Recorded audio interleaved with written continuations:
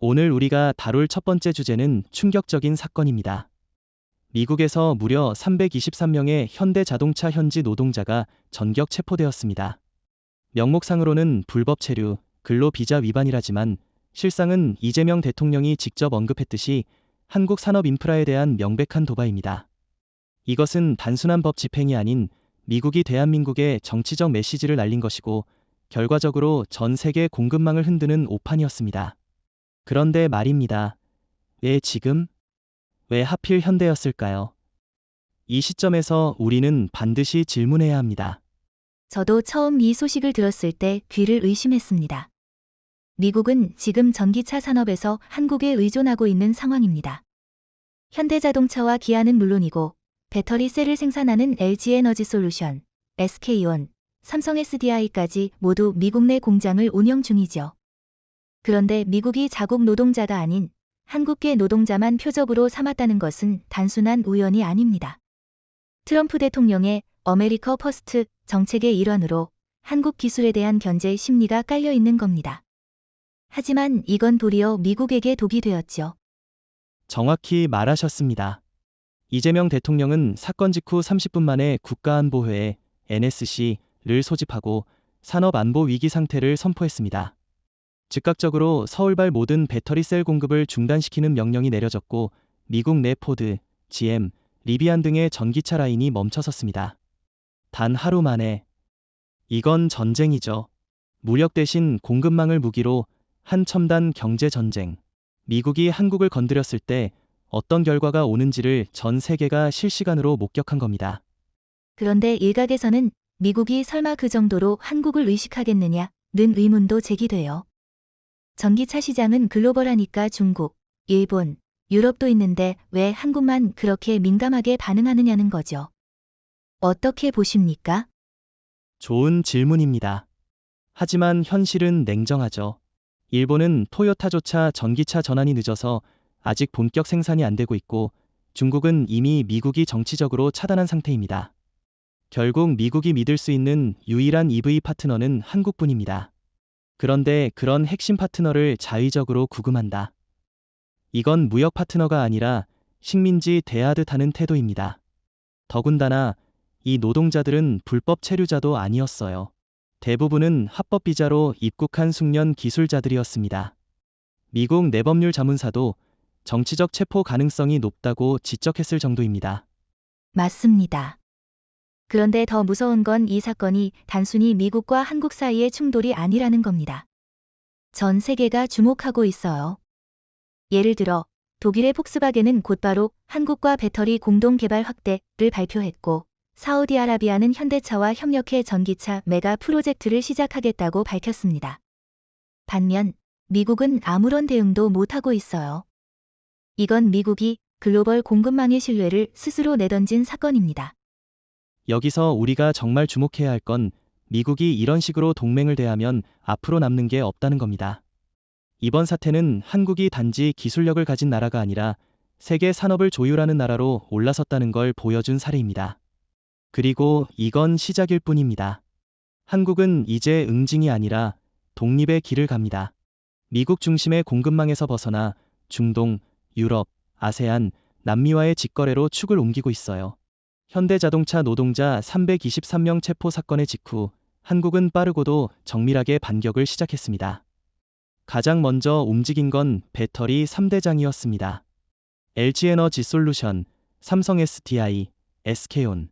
이 세 곳은 미 연방정부의 별도의 통보 없이 공급망을 기술적 문제로 인한 일시 중단이라고 포장한 뒤 미국 내로 향하던 배터리 셀 선적을 즉각 보류했습니다. 공식적인 외교 대응보다 더 강력한 비외교적 반격이었습니다. 미국의 EV 산업은 배터리 셀이 도착하지 않으면 단 3일도 못 버틴다는 점을 한국은 정확히 꿰뚫고 있었습니다.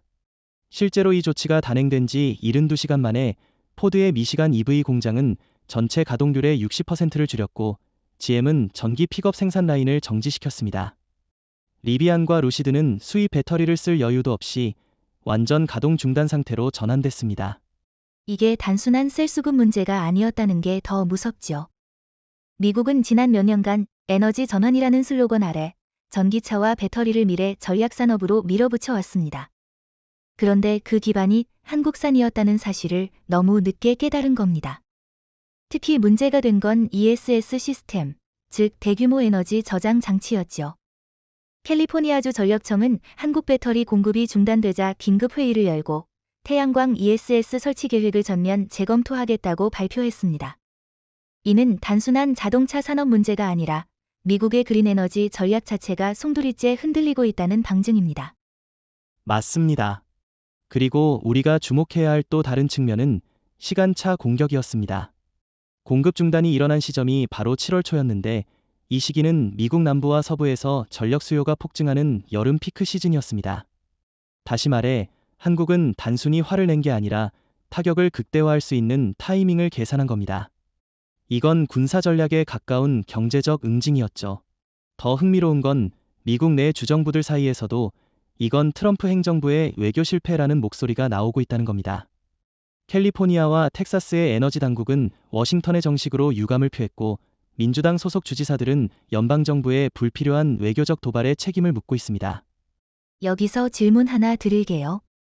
미국은 왜 이렇게까지 무방비 상태였을까요? 한국 배터리에 의존하는 구조를 몇 년 전부터 알고 있었을 텐데 왜 대체제를 준비하지 않았을까요? 좋은 질문입니다. 정답은 간단합니다. 미국은 한국을 과소평가했기 때문입니다. 트럼프 대통령은 이전부터 무역 적자와 기술 이전을 이유로 동맹국을 압박해왔고 한국도 그 대상 중 하나였죠. 하지만 그는 간과했습니다. 한국은 단순한 조립 공장이 아니라 기술과 품질, 그리고 생산 속도를 모두 갖춘 완성형 산업 국가라는 사실을 말입니다. 일본은 전기차 배터리 분야에서 이미 한국에 밀렸고 중국은 지정학적으로 신뢰할 수 없는 상황입니다. 결국 한국이 빠진 순간 미국은 대체할 수 있는 파트너가 전혀 없는 거예요. 정말 그렇습니다. 심지어 최근 일본의 니혼게이자이 신문도 사설에서 도요타와 파나소닉이 한국과 기술 격차를 줄이지 못하면 일본도 공급망에서 밀려날 것이라고 경고했을 정도입니다. 미국은 아직도 일본을 우방으로 믿고 있지만 실상 일본 내부에서도 한국과의 기술 격차를 인정하고 있다는 거죠. 이건 명백히 시대가 바뀌었다는 신호입니다. 더 이상 미국, 일본 중심의 기술 구도가 유지되지 않는다는 걸 미국이 깨달아야 합니다. 그리고 한 가지 더. 이번 사태에서 우리가 간과하지 말아야 할 건 공급망 통제권이라는 개념입니다. 단순히 부품을 파는 게 아니라 어느 시점에 얼마만큼을 제공할지를 조율하는 통제력. 지금 그 통제력을 누가 갖고 있습니까? 대한민국입니다. 공급을 끊는 행위 하나로 글로벌 슈퍼파워를 72시간 만에 무력화시킬 수 있는 나라가 이제는 미국이 아니라 한국이라는 사실. 이건 단지 산업 전환이 아니라 패권 전환입니다. 서울이 배터리 공급을 전면 중단한 지 불과 72시간 전 세계 금융시장은 즉각 반응했습니다. 2025년 7월 9일 뉴욕 증시는 장 시작과 동시에 폭락했습니다. 다우존스 1800포인트, 나스닥 5, 6%, S&P 504, 3%로 장을 마감했죠. 단 하루 만에 증발한 시가총액이 무려 4,800억 달러. 수치로 보면 한 나라의 연간 GDP와 맞먹는 규모입니다. 이건 단순한 기술 충격이 아닙니다. 한국이라는 단일 국가가 전 세계 자본 흐름을 뒤흔든 역사적인 순간이었습니다. 특히 전기차 관련주는 거의 공황 수준의 매도세를 보였습니다. 테슬라 11, 2%, 포드 9.8%, GM 12, 6%. 그런데 흥미로운 건 그 다음날 서울 증시 KOSPI는 반대로 폭등했다는 사실입니다. 정확히 말씀하셨습니다. 한국의 공급망 조치가 단순히 제조업만 건드린 게 아니라 글로벌 투자 심리 전체를 강타했다는 게 이번 사건의 핵심입니다. 외국인 투자자들은 하루 만에 미국에서 600억 달러를 빼서 한국, 독일, 사우디아라비아 증시로 이동했습니다. 특히 한국은 이재명 대통령의 기술주권 방어 선언 이후 안정적 산업 구조와 빠른 대응 능력을 보여주며 안전 자산처럼 인식되기 시작했죠. 반면 미국은 투자자 신뢰를 완전히 잃었습니다. CNBC는 트럼프 리스크라는 단어를 헤드라인에 사용했고 블룸버그는 한국의 손끝 하나에 월가가 무너졌다고 표현했습니다. 사실 이건 오랜 시간 누적된 신뢰 차이의 결과입니다. 한국 기업들은 지난 10년간 조용히 기술과 신용을 쌓아왔고 위기 때마다 빠르고 투명하게 대응해왔습니다. 반면 트럼프 전 대통령의 보호무역주의와 예측 불가능한 정책 변화는 글로벌 투자자들에게 이미 경고등을 켜게 했습니다. 여기에다 노동자 체포와 공급망 봉쇄까지 겹치니 시장은 본능적으로 탈미국을 선택할 수밖에 없었던 겁니다. 미국은 이번 충격으로 자본의 중심지라는 지위를 심각하게 위협받고 있습니다. 여기서 반론 하나 던져볼게요. 일각에서는 그건 단기적인 반응일 뿐이고 결국 세계 자본은 여전히 달러 중심으로 돌아갈 수밖에 없다는 주장을 합니다. 한국 시장이 과연 장기적으로 미국을 대체할 수 있을까요? 그 질문은 10년 전이라면 유효했을 겁니다. 하지만 지금은 상황이 완전히 다릅니다. 우선 한국은 단순히 배터리만 만드는 나라가 아닙니다. 반도체, AI 칩, 양자 컴퓨팅, 차세대 메모리, 바이오까지 아우르는 첨단 기술 집합지입니다. 투자처로서의 매력은 기술력에 있습니다. 게다가 한국은 정치적 안정성과 ESG 경영에서 높은 점수를 받고 있습니다. 반면 미국은 트럼프의 정치적 불확실성, 사회 분열, 규제 리스크 등으로 투자 리스크가 점점 커지고 있습니다. 이제 월가는 서울의 한마디에 반응할 준비가 돼 있다는 사실 자체가 시대가 바뀌었다는 증거입니다. 더 흥미로운 건 일본과 중국의 반응이었습니다. 일본 니케이 225는 충격으로 9% 하락했고 도요타와 파나소닉은 시총 기준으로 2일간 20조 원 이상 증발했습니다. 이유는 간단합니다. 트럼프가 현대를 겨냥하자 투자자들은 혹시 일본도 다음 타겟이 될 수 있다는 불안감을 느낀 겁니다. 중국 역시 마찬가지였습니다. 상하이 종합지수는 1% 급락했죠. 중국 배터리 업체인 CATL과 BYD도 낙폭이 컸습니다. 미국이 한국을 압박한 결과 오히려 아시아 전체의 시장을 불안정하게 만든 셈입니다. 반대로 유럽과 중동 시장은 상대적으로 안정을 유지했습니다. 그리고 공교롭게도 그 둘 다 최근 한국과의 공급망 협력을 확대하겠다고 발표했던 지역들이죠. 이건 단지 한국의 승리가 아니라 미국식 자본주의의 오만에 대한 경고입니다. 한국은 냉정하게, 하지만 분명하게 메시지를 던졌습니다. 기술을 함부로 대하면 자본도 함께 무너진다. 이번 사태로 인해 전 세계는 하나의 교훈을 얻었습니다. 한국은 더 이상 조연이 아니라 기술 패권 시대의 주연입니다. 그리고 서울의 결정 하나가 월스트리트를 뒤흔들 수 있다는 사실을 누구도 부정할 수 없습니다. 월가가 붕괴하고 공급망이 멈춰선 상황에서 도널드 트럼프 대통령은 극단적인 조치를 취했습니다. 미공개 백악관 내부 문서에 따르면 그는 일본 정부에 현대차 기술 인력의 공백을 긴급히 메워달라는 요청을 보냈습니다. 이 요청은 백악관 국가산업안보실 NSIO를 통해 일본 총리 이시바 시게루 측에 전달됐고 대상은 미국과 멕시코 공장 총 7곳이었습니다. 문제는 이 요청이 트럼프 행정부 내에서도 반발을 샀다는 점입니다. 일부 보좌관은 일본의 기술 파견을 요청하는 순간 미국은 한국이 없으면 아무것도 못한다는 사실을 전 세계에 자인하게 된다고 경고했지만 트럼프는 즉각 요청하라며 강행했습니다. 그런데 더 충격적인 건 일본의 반응이었죠. 일본 경제산업성은 미국의 요청에 대해 기술적으로 불가능하다는 입장을 공식 전달했습니다. 쉽게 말하면 도요타나 파나소닉조차도 현대차의 배터리 기술 인력을 대체할 준비가 되어 있지 않다는 것입니다. 한 고위 일본 관계자는 우리는 셀 조립은 할 수 있어도 현대와 같은 수준의 소프트웨어 통합과 시스템 최적화 기술은 갖고 있지 않다고 밝혔습니다. 결국 미국이 요청한 일본 대체로는 하루 만에 붕괴되었고 일본은 이 기회를 이용해 조용히 한국과의 채널을 열기 시작했습니다. 트럼프의 의도와는 정반대의 결과가 나와버린 거죠. 맞습니다. 사실 일본 내부에서도 갈등이 있었던 것으로 보입니다. 일부 강경 보수는 한국 대신 우리가 주도하자는 의견을 냈지만 실제로 기술력과 인력 양성 속도를 고려하면 전혀 현실적이지 않았습니다. 현대차 기술자들은 단순히 기계를 다루는 수준이 아니라 AI 기반의 스마트 팩토리 운영, 고열 안정화 시스템, 배터리 열 제어 알고리즘 등 복합 기술을 현장에 직접 설계하고 운용하는 수준의 인재입니다. 이러한 인력을 단기간에 대체하는 건 불가능합니다. 일본도 이 사실을 알고 있었기 때문에 미국의 요청을 공식적으로 거절한 겁니다. 그렇다면 트럼프는 왜 이런 무리수를 둔 걸까요? 정말 몰라서? 아니면 국내 정치용 제스처였을까요? 정확히는 절박함의 반영이라고 봐야 합니다. 트럼프는 공급망이 멈추고 실업률이 치솟자 자신이 저지른 잘못을 덮기 위해 한일 경쟁 구도를 인위적으로 만들어내려 했습니다. 이는 전형적인 정치적 물타기 전략입니다. 우리는 한국 없어도 된다. 일본이 있으니까. 라는 허상을 유권자들에게 심어주고 싶었던 거죠. 하지만 현실은 냉정했습니다. 일본조차 미국의 요구에 선을 긋자 트럼프는 외교적 고립 속에서 전략적 오판을 또 하나 쌓아 올린 셈이 됐습니다. 그리고 재미있는 건 이 사건을 계기로 한국이 미국과 일본을 동시에 압도하고 있다는 사실이 더욱 또렷해졌다는 점입니다.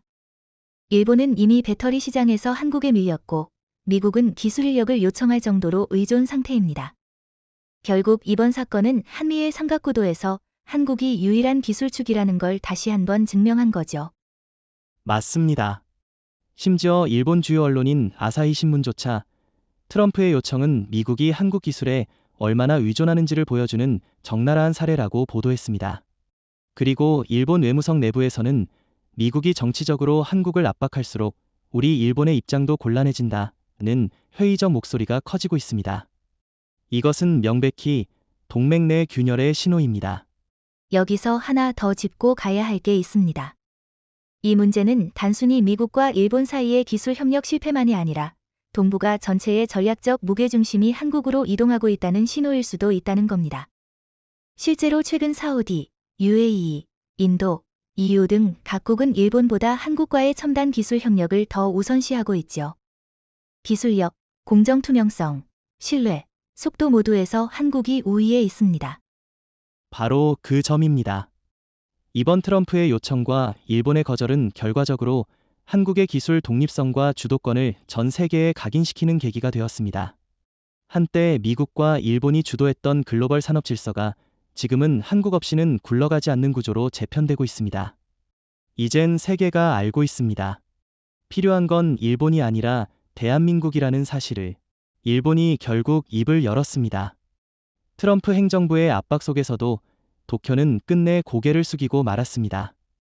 일본 경제산업성은 7월 12일 공식 성명을 통해 현재 일본은 현대차 및 한국계 배터리 기술자의 수준을 단기간 내에 대체할 수 없다고 발표했습니다. 이 발언은 단순한 외교적 사과가 아닙니다. 기술 패권 구도에서의 완패 선언입니다. 일본은 수십 년간 기술 강국 이미지를 유지해왔지만 이번 한마디로 전 세계에 한국이 우리보다 앞서 있다는 사실을 스스로 인정한 셈입니다. 더욱이 해당 성명은 일본 국회에서 공개 질의가 들어간 직후 급히 발표된 것이었고, 이는 일본 내부에서도 한국을 못 대체하느냐는 비판 여론이 커지고 있었음을 반영합니다. 특히 흥미로웠던 건 도요타 기술연구소장의 발언이었습니다. 그는 기자간담회에서 한국은 단순한 제조가 아니라 원천 기술을 통합한 스마트 팩토리 생태계를 이미 완성했다. 며 우리는 그 속도를 따라잡을 수 없다. 고 말했죠.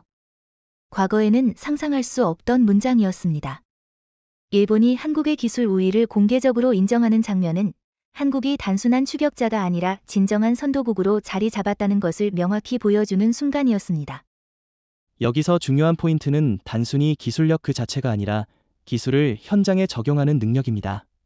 한국의 배터리 및 EV 기술자는 단순한 부품 조립이 아니라 열 안정화 알고리즘 설계, BMS, 배터리 관리 시스템, 최적화, 생산 공정의 AI 자동화까지 전반을 지휘합니다.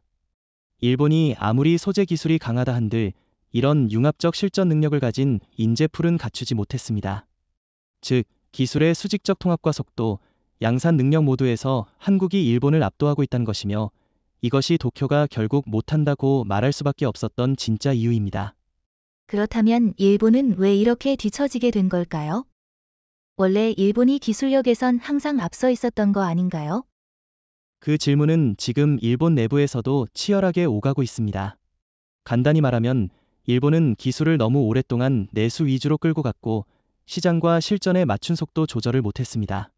반면 한국은 글로벌 기업들과 실시간으로 협업하며 실패를 두려워하지 않는 R&D 구조를 만들어냈죠. 삼성 SDI의 사례를 보자면 독일 BMW와의 협업을 통해 배터리의 안정성과 속도를 극단적으로 높였고, LG에너지솔루션은 GM과의 공동 개발을 통해 전기 픽업에 최적화된 셀 설계를 1년 만에 완성했습니다. 일본은 이 속도와 유연성을 잃었습니다. 그리고 결정적으로 일본은 정치 리스크를 무시할 수 없습니다. 미국의 요청을 수용했다가 한국과의 관계가 악화되면 자국의 공급망 자체가 붕괴될 수 있다는 두려움이 작용했을 거예요. 이미 한국과 일본 간 기술 및 소재 협력은 지난 몇 년간 부분 회복됐고 양국 기업 간 합작도 늘고 있는 상황에서 미국의 일방적 요구를 수용하면 일본은 곤란한 입장에 처할 수밖에 없습니다. 정확한 분석입니다. 실제로 일본 내부 외교 문건이 유출되었는데 거기엔 한일 간 기술 분업 관계를 깨뜨릴 경우 일본이 국제 공급망에서 더 큰 피해를 본다는 경고 문장이 명시되어 있었습니다. 결국 일본은 미국과의 동맹보다는 현실적인 기술 생태계의 안정성을 택한 것이고 이는 그만큼 한국이 공급망의 핵심 국가로 완전히 자리 잡았다는 뜻이기도 합니다. 이제는 전 세계도 인식하기 시작했습니다. 과거엔 미국이 기술과 자본, 일본이 정밀성, 한국은 조립을 맡았던 삼각구도가 이제는 한국 중심으로 재편되고 있다는 점을요. 아랍에미리트는 LG와 20년 계약을 체결했고 유럽연합은 삼성 SDI와 전략적 배터리 동맹을 구축했으며 인도는 현대차의 EV 메가시티 건설을 제안했습니다. 이런 흐름 속에서 일본이 할 수 있는 건 이제 인정뿐입니다. 우리가 지금까지 전기차, 배터리, 공급망, 금융시장에 대해 이야기했지만 정작 많은 사람들이 간과하는 부분이 있습니다. 바로 국방입니다. 2025년 7월 14일 미 국방부 내부에서 작성된 비공개 보고서 하나가 유출되면서 충격이 퍼졌습니다. 제목은 간단하지만 강력했습니다. 스트러티직 배터리 디펜던시, 더 코리아 팩터, 요약하면 미국 군사작전의 상당 부분이 한국 배터리 기술에 의존하고 있다는 내용입니다. 특히 UAV, 무인기, 이동식 통신기지, 야전용 ESS, 기갑차량 보조전원 시스템 등 대부분의 군사 에너지 장비가 한국산 셀 혹은 시스템 기반이라는 점이 드러났습니다. 이 보고서는 펜타곤 내부에서 레벨 3 국가전략 위협으로 분류되며 미 국방장관이 직접 백악관의 위험 수위를 보고한 것으로 확인됐습니다. 사실상 군의 생명줄이 한국 배터리에 연결되어 있다는 이야기네요. 그리고 그걸 지금에서야 깨달았다는 게 더 무섭습니다. 미국은 전통적으로 에너지 독립을 강조해왔고 시에이가스나 군 전용 전력망을 갖고 있다 자부했지만 21세기 전자전 시대에서는 배터리 기반 에너지가 더 중요해졌습니다. 예컨대 미군이 실전 배치 중인 진화형 스텔스 무인기 XQ-68은 삼성 SDI의 고출력 셀을 기반으로 시험 비행이 이루어진 것으로 알려져 있습니다. 이를 대체할 수 있는 기술은 현재 미국 내에 존재하지 않고 일본이나 유럽조차도 아직 상용화에 못 미치고 있습니다. 문제는 단순히 기술 문제가 아닙니다. 미국 내 생산 능력 자체가 부족합니다. 그동안 트럼프 행정부는 메이드 인 어메리커 기조 아래 자체 배터리 생산을 강조해왔지만 현실은 전혀 따라가지 못했습니다. 2025년 기준 미군 ESS 장비의 61.3%가 한국산 셀을 기반으로 설계되었고 나머지 중 23%가 중국산, 일본산이었습니다. 나머지는 실험 단계거나 도입 전 제품이죠. 즉, 한국이 빠지는 순간 미국은 ESS뿐 아니라 실시간 통신체계, 드론 감시망, 위성 백업 전력망까지 마비될 수 있는 구조에 놓여 있는 것입니다. 그런데 미국은 왜 이걸 미리 파악하지 못했을까요? 국방부 정도의 정보력과 분석 시스템이면 이런 의존도를 미리 계산했어야 맞는 거 아닌가요? 그건 아마도 오만과 착각의 결과일 겁니다. 미국은 자신들이 기술과 산업의 중심이라고 믿어왔고 한국은 단순한 공급자에 불과하다고 여겼습니다. 하지만 기술은 분업이 아닌 통제력을 갖는 쪽에 무게가 쏠립니다. 한국은 지난 10년간 한미 군사협력 프로그램을 통해 ESS 통합관리 시스템을 제공했고 그 안에 들어가는 알고리즘, 셀 안정화 기술, 저온 성능 유지 솔루션 등은 모두 한국 기업이 설계한 것입니다. 미국은 부품만 샀다고 생각했지만 실제로는 핵심 에너지 생태계 전체를 한국에 맡긴 셈이었죠. 그래서 이 사태 이후 미국 내부에서는 이젠 한국 기술자들을 보호해야 한다는 목소리까지 나오고 있어요. 웃기죠? 몇 주 전까지만 해도 300명이 넘는 현대 노동자를 체포했던 나라가 이제는 기술자 귀국을 막아야 한다는 의견까지 나오고 있습니다. 미국 상원 군사위원회 일부 의원들은 대한민국 기술자 특별비자 보호법을 긴급 발의했고 펜타곤은 한국 배터리 업체와 긴급 양해각서를 제안 중입니다. 하지만 한국이 지금 그걸 받아들일까요? 절대 그렇지 않을 겁니다. 이재명 대통령은 이미 분명히 말했습니다. 산업안보는 곧 국가안보다. 한국은 이 사태를 단순히 경제 문제가 아니라 안보 주권 문제로 간주하고 있습니다.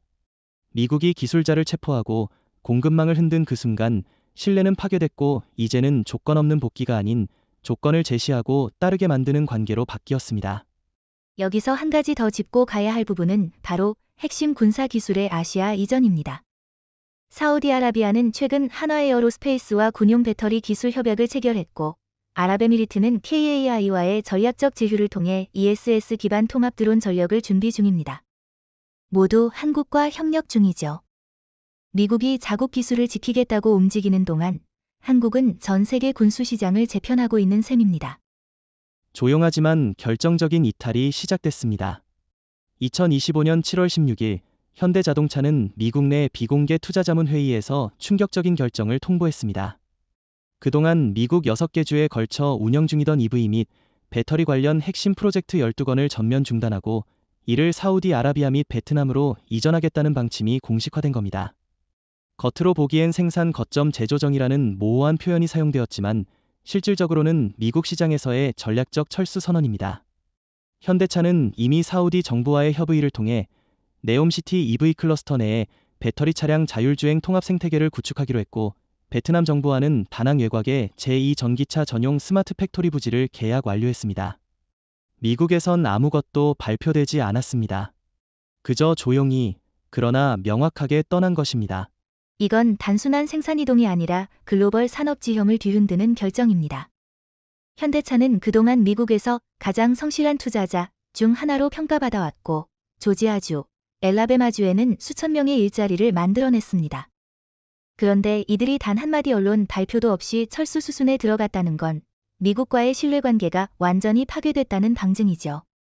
특히 결정적인 계기는 323명 기술자 체포 사건 이후였습니다. 당시 현대 내부에서는 생산 현장에서조차 법적으로 보호받지 못하는 나라의 장기 투자는 불가능하다는 말이 나왔고 이사회 내에서는 미국 리스크를 가장 큰 지정학적 변수로 간주하기 시작했습니다. 그리고 그 대안으로 선택된 곳이 바로 사우디아라비아와 베트남입니다. 단순한 저임금 생산기지가 아닙니다. 사우디는 2030년까지 네옴시티를 통해 탈석유 기반의 전기차 산업허브로 도약하겠다는 국가 차원의 전략을 세웠고 현대는 이 구상의 중심 기업으로 초청받았습니다. 베트남 역시 삼성, LG와 함께 기술협력 기반의 산업 클러스터를 구축 중이며 노동 안정성과 정치 일관성에서 미국보다 오히려 우위를 보이고 있습니다. 현대 입장에서는 불확실성에 찬 미국보다 예측 가능한 성장 파트너를 선택한 것이죠. 그런데 일부에서는 여전히 미국 시장의 크기와 상징성을 감안하면 현대가 그렇게 쉽게 떠날 수 있을까 의문을 제기합니다. 정말로 현대는 미국을 버린 걸까요? 사실상 기술 거점으로서의 미국은 버렸다고 보는 게 맞습니다. 물론 판매는 지속될 겁니다. 하지만 R&D, 생산, 신기술 실험, 스마트 팩토리 등 미래 먹거리 산업은 더 이상 미국을 중심으로 하지 않겠다는 선언입니다. 특히 한 고위 현대자동차 임원이 이렇게 말했습니다. 우리는 이제 더 이상 미국에서 실험하지 않는다. 미국은 소비지일 뿐 개발지가 아니다. 이건 글로벌 기업으로서 전략의 대전환이며 그 출발점이 바로 신뢰 붕괴입니다. 트럼프 행정부가 부른 정치 리스크가 결국 현대차를 내몰았고 이제 미국은 그들의 공장을 되찾을 수 없는 상황에 이르렀습니다. 실제로 조지아주 현지에서는 현대차 철수설이 도는 것만으로도 지역 경제에 큰 충격을 주고 있습니다. 주 정부는 현대 측에 접촉을 시도했지만 돌아온 답변은 추후 검토하겠다는 원론적인 멘트뿐이었다고 합니다. 동시에 사우디는 네옴시티 전기차 클러스터 계획에 대해 현대 전담구역 지정까지 추진 중이고 베트남도 현대차에 대해 전기차 전용 부지에 대한 세제 면제, 공장 전력 100% 지원 등의 파격 조건을 제시하고 있는 상황입니다. 선택의 저울은 이미 기울어졌습니다. 이건 단지 한 기업의 결정이 아니라 한국 경제 전체가 전략적으로 탈미국화되는 흐름의 상징이기도 합니다. LG는 아프리카로, 삼성은 인도와 유럽으로, SK는 동남아로 거점 확대를 선언한 가운데 현대차 역시 동일한 수순을 밟은 겁니다. 이재명 정부 역시 이를 뒷받침하는 정책을 펼치고 있습니다. 첨단 제조업의 주권 회복, 지정학적 분산, 그리고 기술 동맹의 다변화. 결국 미국은 기술을 무기로 협박하려다 세계 최고의 전기차 파트너 중 하나를 잃어버린 셈입니다. 현대차의 철수가 신호탄이었다면 그 뒤를 잇는 건 탈출럿이라는 말이 어울릴 정도로 거센 흐름입니다. 단 10일 만에 한국계 주요 대기업 117곳이 미국 내 투자 중단, 자산 회수, 신규 계획 철회 등을 공식 발표하거나 내부 결정한 것으로 확인됐습니다. SK하이닉스는 인디애나 반도체 조립 라인 증설을 보류했고 LG화학은 미시간주 배터리 소재 공장 설립을 무기한 연기했습니다. 롯데는 애틀랜타 물류센터 확장을 취소했고 포스코 인터내셔널은 미 텍사스 항만과의 철강 유통 파트너십을 해지했습니다. 이 모든 움직임은 하나의 공통된 배경을 공유합니다. 이제 미국은 더 이상 신뢰할 수 있는 파트너가 아니다. 숫자가 말해줍니다. 지난 2년간 미국으로 유입된 한국계 민간 투자금은 약 230억 달러에 달했는데 이번 사태 이후 회수 움직임이 감지된 자산만 해도 81억 달러를 넘겼습니다. 그리고 더 주목해야 할 건 이 기업들이 단순히 자산을 회수하는 게 아니라 그 자산을 곧바로 다른 지역으로 재배치하고 있다는 점입니다. LG에너지솔루션은 남아공 더반에 배터리 셀 공장 부지를 확보했고 SK는 인도네시아 자카르타 인근에 차세대 반도체 패키징 센터 설립을 추진 중입니다. 삼성 SDS는 북미 물류 자동화 사업을 멕시코와 콜롬비아로 이전하는 방안을 검토 중입니다. 이건 단순한 회피가 아니라 전략적 재배치입니다. 이 모든 흐름을 통틀어 설명하는 단어는 단 하나입니다. 신뢰 붕괴. 트럼프 행정부는 한국 기술자 323명 체포라는 폭력적 상징을 통해 외국 투자자에게 이렇게 말한 셈이죠. 우리는 언제든 당신의 인력을 체포할 수 있고 당신의 공장을 정치적으로 압박할 수 있다. 그 메시지를 한국 대기업들은 정밀하게 해석했고 그 결과가 지금의 대규모 자산 철수입니다. 이건 기업의 생존 본능입니다. 사업은 이념으로 하지 않습니다. 실익과 안정성, 그리고 신뢰로 합니다. 미국은 그 신뢰를 스스로 걷어찼습니다. 그런데 미국 정부는 여전히 이 상황의 심각성을 제대로 인식하지 못하는 듯합니다. 백안관은 최근 공급망 다변화는 자유무역의 원칙에 따라 당연한 과정이라고 해명했고 상무부는 한국 기업들의 결정은 개별적 사안일 뿐 미국 경제의 구조적 문제는 아니다 라고 말했습니다. 하지만 투자자들은 그렇게 보지 않습니다. 블룸버그는 한국 기업의 철수는 단순한 전략 변경이 아니라 미국 경제에 대한 평가절하다 라고 보도했고 파이낸셜 타임즈는 미국이 기술 패권에서 밀려날 수 있다는 조기 경보라고까지 경고했습니다. 사실 이건 한국만의 움직임도 아닙니다. 한국이 가장 빠르게 반응했을 뿐 유럽계 배터리 기업들도 조용히 미국 내 투자 보류에 들어갔고 일본 기업들조차 내심 이 사태를 경고 사례로 분석하고 있습니다. 최근 니케이 비즈니스가 흥미로운 설문을 했습니다. 당신의 기업은 미국에 기술 인력을 파견할 의향이 있습니까? 일본 100대 기술 기업 중 61%가 아니다 라고 답했습니다. 이유는 법적 안정성이 부족하고 정치 리스크가 크다. 바로 한국이 떠난 이유와 동일합니다. 여기서 하나 질문이 생깁니다. 이 흐름이 단기적 반응일까요? 시간이 지나면 다시 돌아올까요? 미국이 체포 조치를 해제하고 배터리 수입을 재개하면 기업들은 다시 복귀할까요? 그럴 가능성은 매우 낮습니다. 한국 기업들은 이번 사태를 단순한 외교 사고가 아니라 산업 지형의 경고로 인식하고 있기 때문입니다.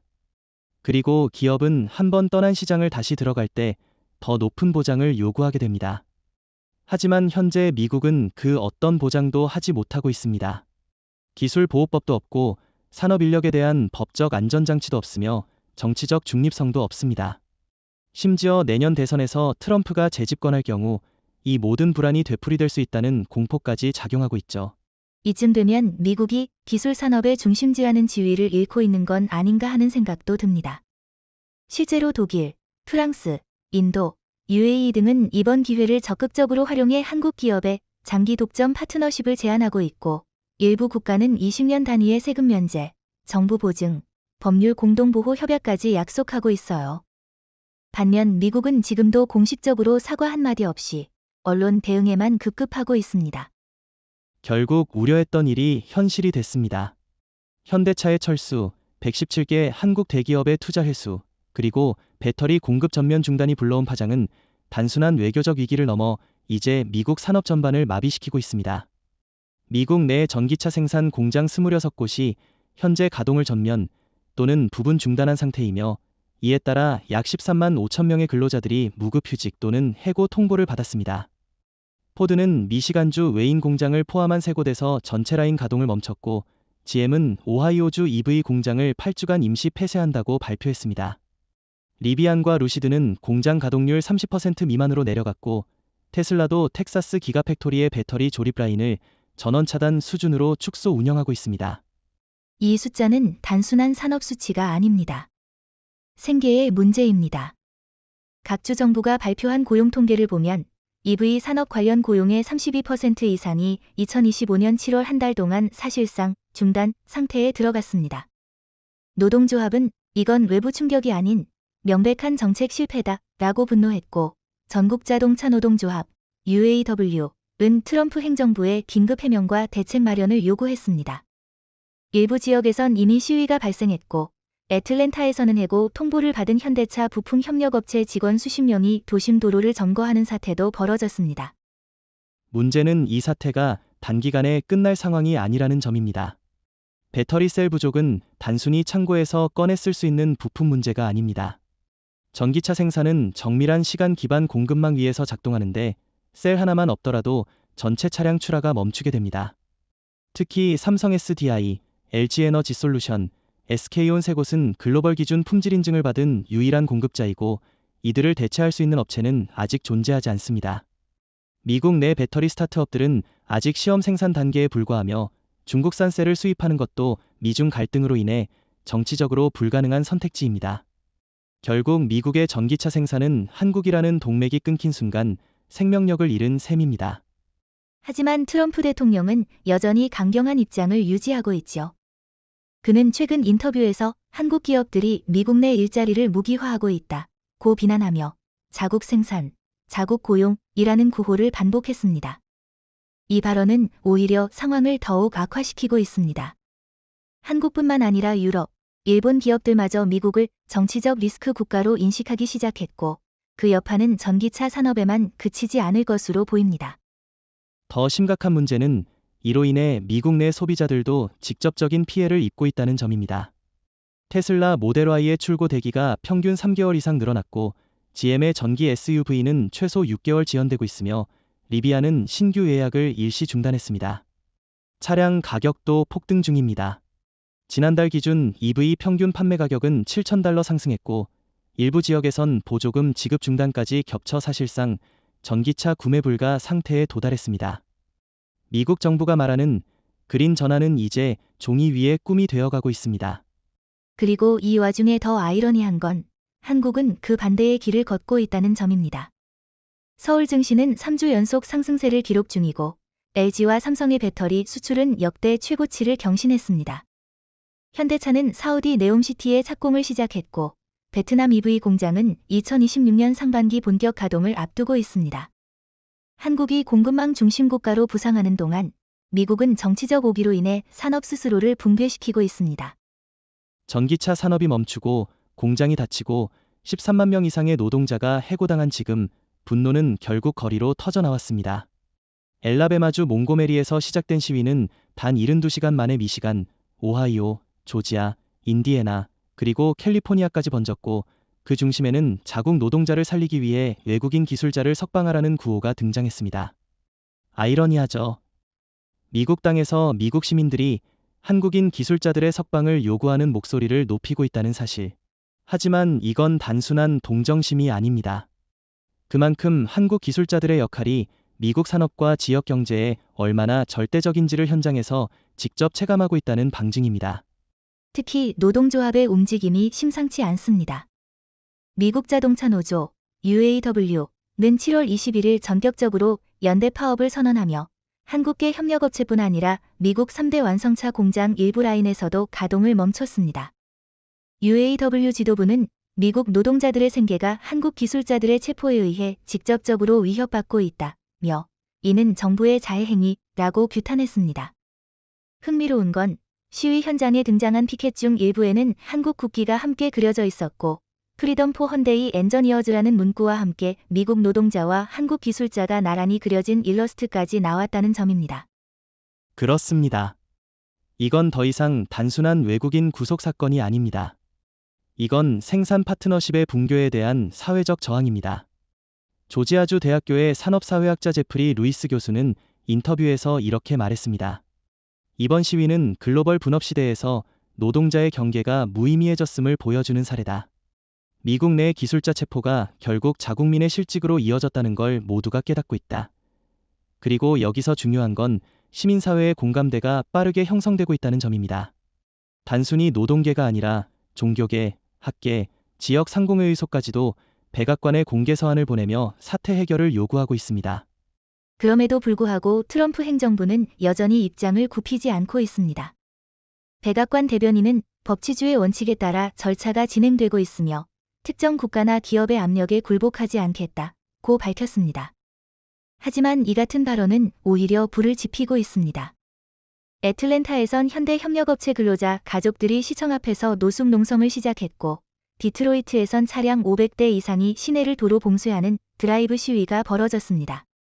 CNN은 이를 두고 바이 아메리카 정책이 미국을 내전 상태로 몰아넣고 있다고 표현했습니다. 여기에 더해 최근 공개된 내부 문건은 시위의 정당성에 더욱 불을 지폈습니다. 미국 이민국, ICE, 이 현대 노동자 체포를 위해 사전에 정치적 승인 절차를 거쳤다는 사실이 드러난 겁니다. 즉, 단순한 행정 조치가 아닌 백악관 차원의 의도된 체포였다는 것. 해당 문건에는 트럼프 대통령이 직접 한국 배터리 기업에 대한 균형 조치를 언급한 것으로 기재되어 있었고, 이를 본 시민단체들은 우리 정부가 우리의 일자리를 파괴했다고 비판했습니다. 이쯤 되면 단순히 한국 기술자 석방 요구가 아니라 트럼프식 경제 정책 전반에 대한 사회적 심판이 시작된 것으로 볼 수 있습니다. 특히 젊은 층과 중간층이 많은 도시에서는 기술 자유주의를 주장하는 움직임이 확산되고 있고, 기술은 국적을 가지지 않는다는 구호가 SNS를 통해 빠르게 퍼지고 있습니다. 정치와 기술을 분리하자는 이 흐름은 전통적인 보호무역론자들에게는 위협일 수밖에 없고, 동시에 한국에겐 또 다른 기회이기도 합니다.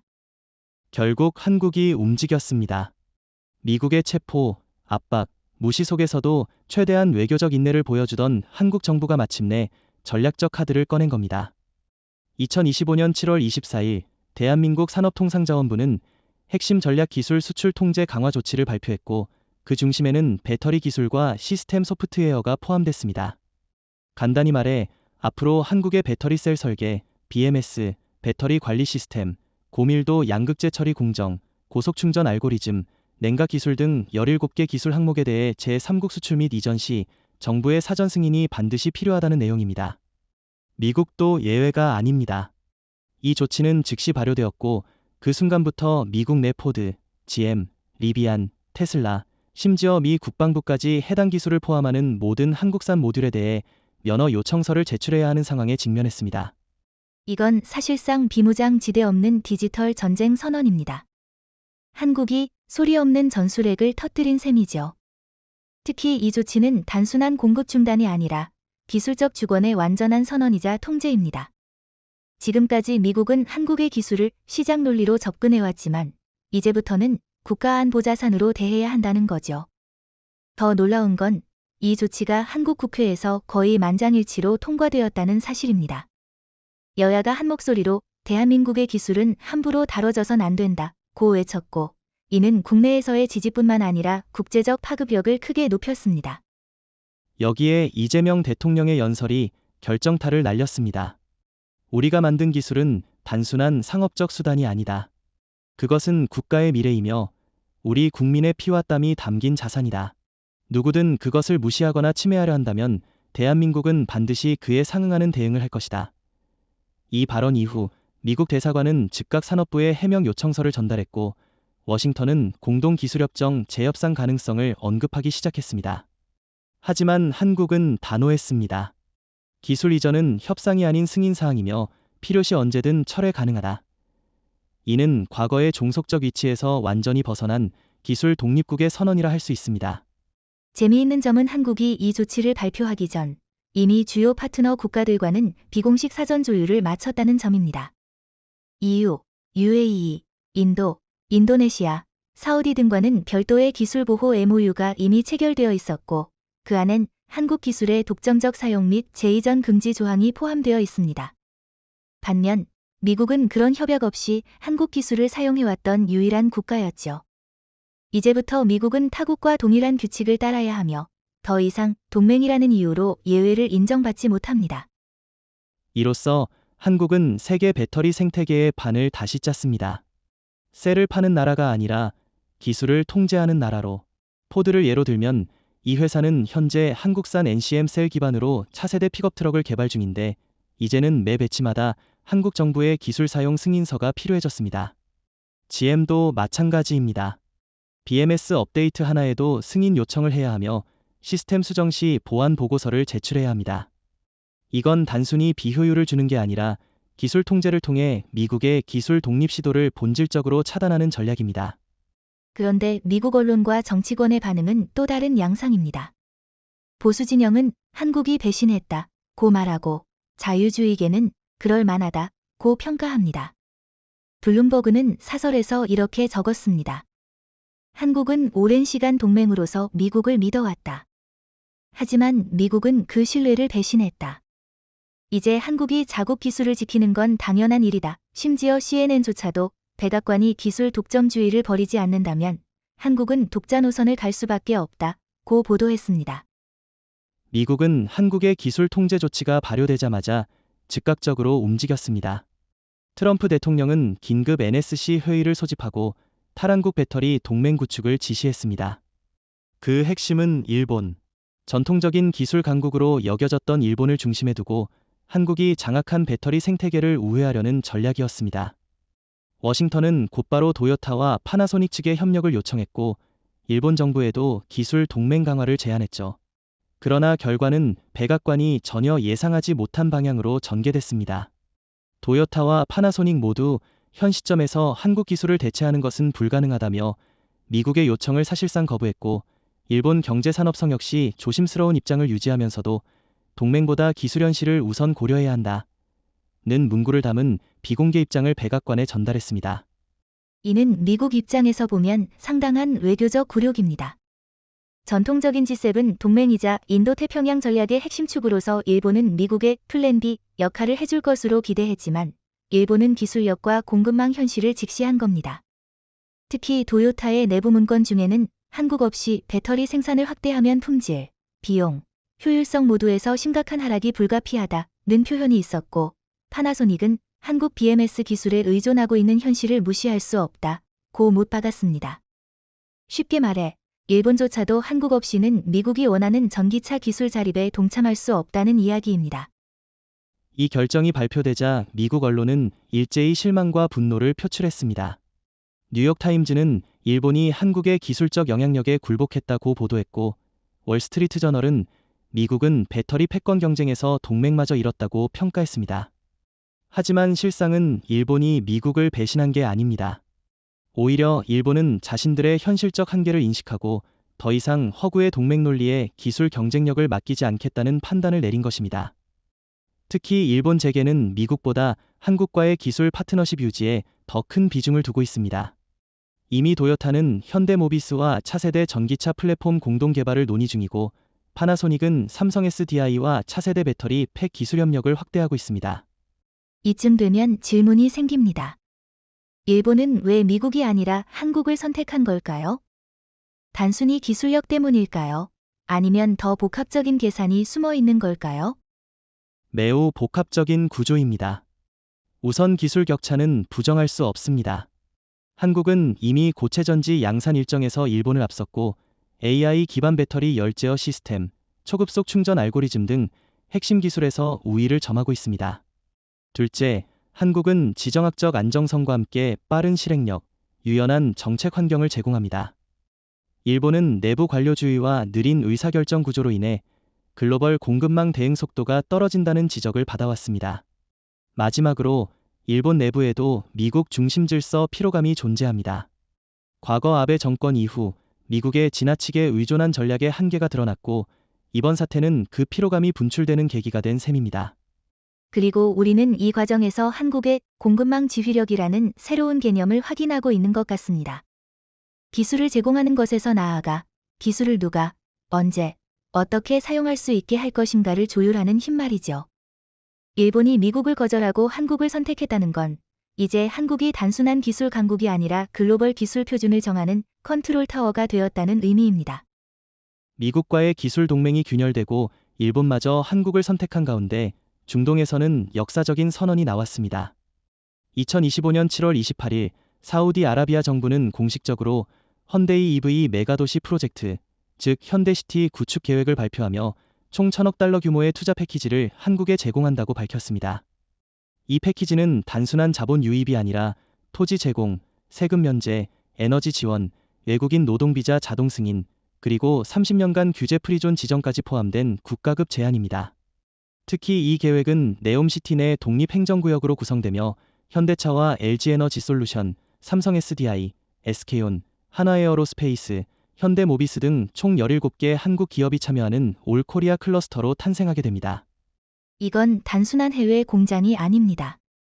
글로벌 기술 권력이 미국에서 한국, 그리고 중동으로 이동하고 있다는 결정적인 장면입니다. 사우디가 왜 이렇게까지 나섰을까요? 단순히 탈석유 시대를 준비하기 위함일까요? 아니면 그 너머에 전략적 구도가 있는 걸까요? 굉장히 중요한 질문입니다.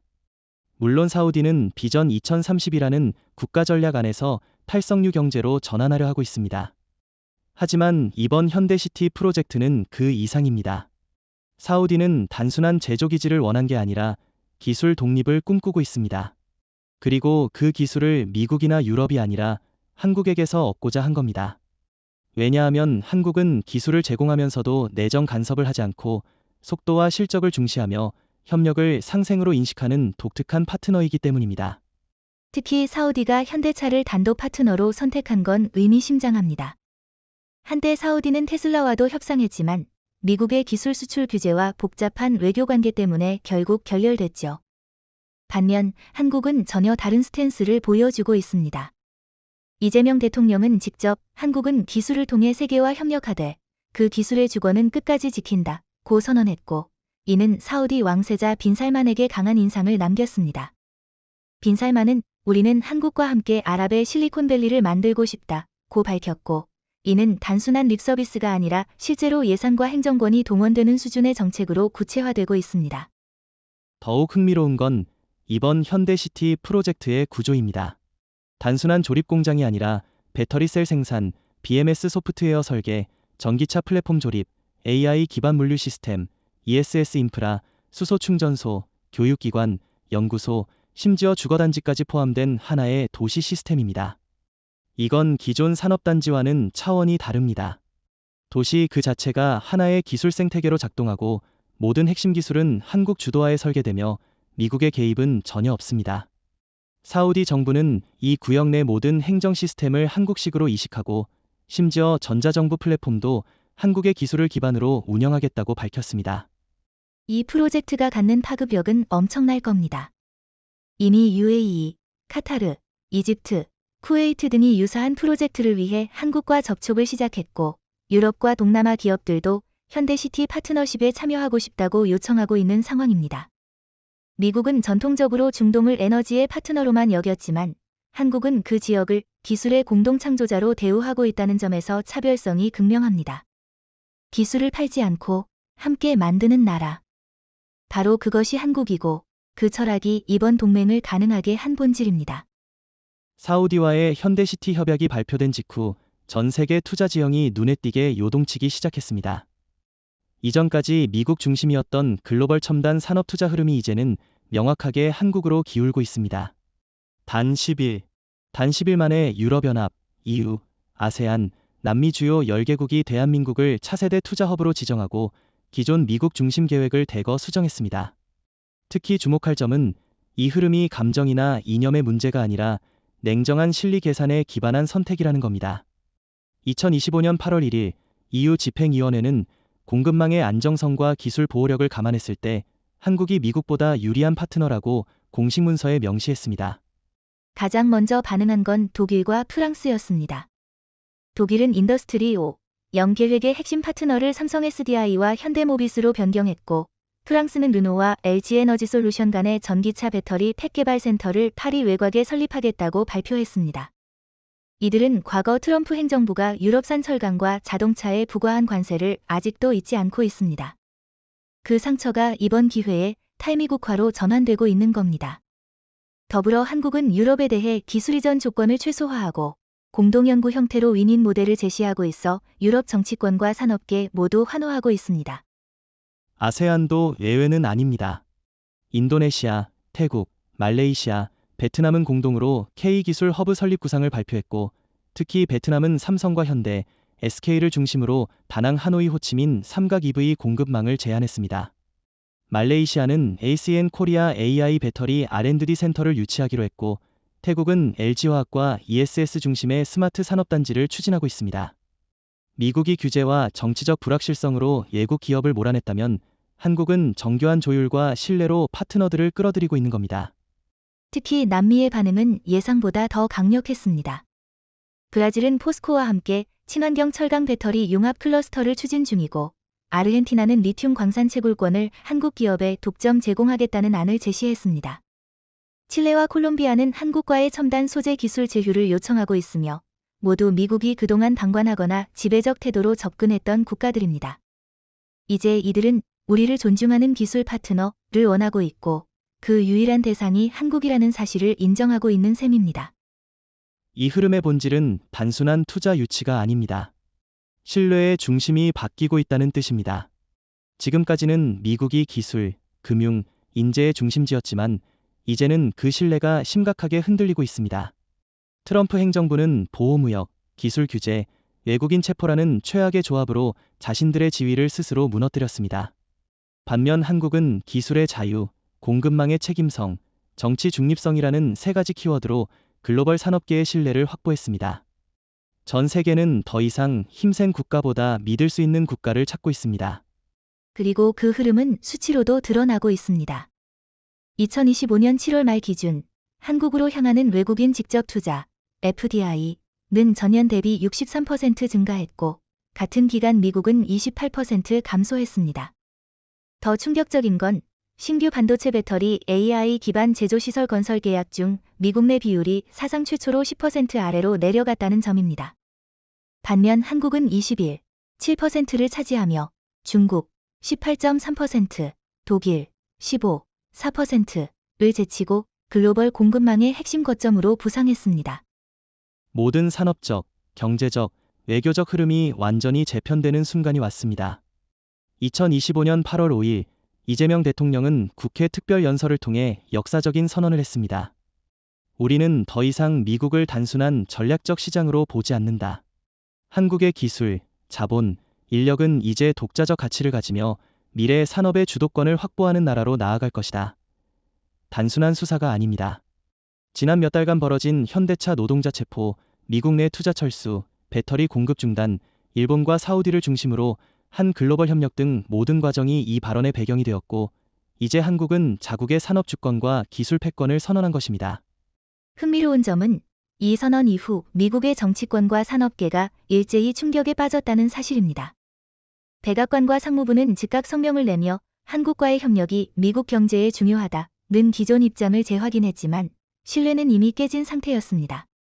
월스트리트는 한국 기업 투자 수요가 급증하는 현상을 목격하며 동시에 미국 중심 산업 생태계가 약화되고 있음을 실감했습니다. CNBC, 블룸버그, 뉴욕타임즈 등은 연이어 한국이 글로벌 기술 패권의 중심으로 부상했다라는 분석을 내놓았고, 심지어 일부 미국 정책 분석가는 한국의 산업 자율권 선언은 미국 경제에 대한 전례 없는 도전이라고 평가했습니다. 또 하나 주목해야 할 점은 한국 기업과 정부가 이번 선언을 통해 확보한 전략적 자율성입니다. 현대차와 LG, 삼성, SK 등 한국 주요 기업은 이제 미국 정부의 정책 변동에 구애받지 않고 글로벌 프로젝트를 설계하고 실행할 수 있습니다. 사우디 현대시티, UAE의 ESS 프로젝트, 유럽과 남미에서 진행되는 첨단 배터리 클러스터 등은 모두 한국 중심으로 움직이고 있습니다. 이는 단순한 투자 유치가 아니라 글로벌 산업 거버넌스의 권력을 한국이 쥐게 된 결과입니다. 그리고 국제사회의 반응도 흥미롭습니다. 일본은 이미 한국의 기술 패권을 인정하고 독자적인 선택을 내려 미국 압박 요청을 거부했으며 유럽연합은 한국과의 장기 협력을 공식화했습니다. 아세안 국가들은 한국과의 기술 연합을 최우선으로 하고 있고 남미 일부 국가는 리튬, 배터리, 친환경 철강 등 자원과 기술을 한국 중심으로 재편하고 있습니다.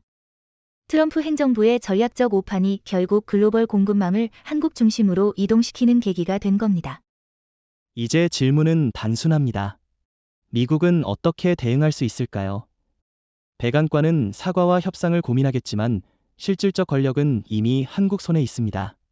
한국은 더 이상 시장 의존의 위치에 있지 않으며 기술과 산업 정책을 독자적으로 설계할 수 있는 위치에 올랐습니다. 대통령의 선언은 단순히 국내 정치용이 아니라 글로벌 산업 구조를 재편하는 신호탄이며 앞으로 10년, 20년간 국제 무역, 에너지, 군수 산업에서 한국이 중심축 역할을 한다는 사실을 분명히 보여주었습니다. 그리고 중요한 건 이 선언이 단순한 경제적 메시지가 아니라 외교적 메시지라는 점입니다. 한국은 이제 미국, 일본, 중국 등 기존 강국에게 명확히 말합니다.